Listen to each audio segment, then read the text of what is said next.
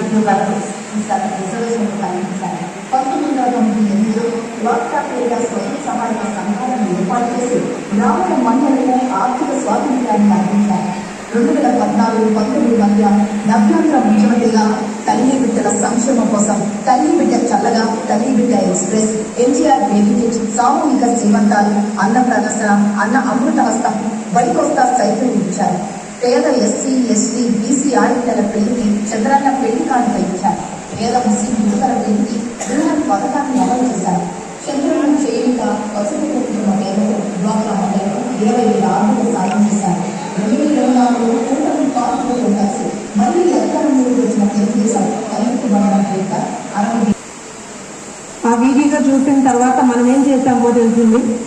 ఇప్పుడు స్త్రీశక్తి తీర్మానాన్ని ప్రవేశపెట్టవలసిందిగా కార్యకర్తలందరూ చాలా ఆప్యాయంగా శివంగి అని పిలుచుకునేటువంటి మన party general secretary Palasa MLA మా సోదరి శిరీష గారిని ఆహ్వానిస్తుంది.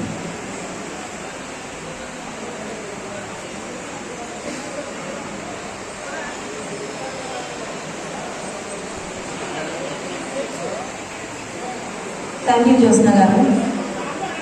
ప్రాంతాలకి, కులాలకి, మతాలకి అతీతంగా ప్రపంచవ్యాప్తంగా ఉన్న ప్రతి తెలుగువాడు చూసే ఈ మహానాడు పండుగకి వేదిక అలంకరించిన పెద్దవాటిని పుట్టిన నాటి నుండి కంటికి రెప్పలా కాపాడుకుంటున్న కార్యకర్త దేవుళ్ళందరికీ కూడా మహానాడు సందర్భంగా శుభాకాంక్షలు తెలియజేసుకుంటున్నాను.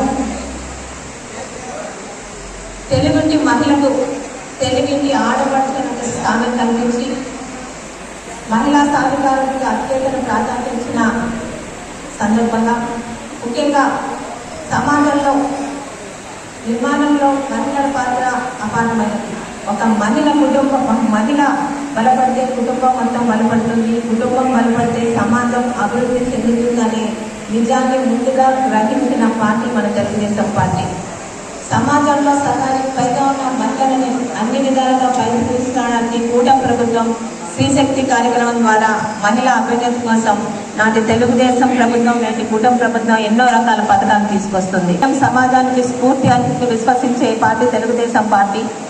స్వర్గీయ నందమూరి తారక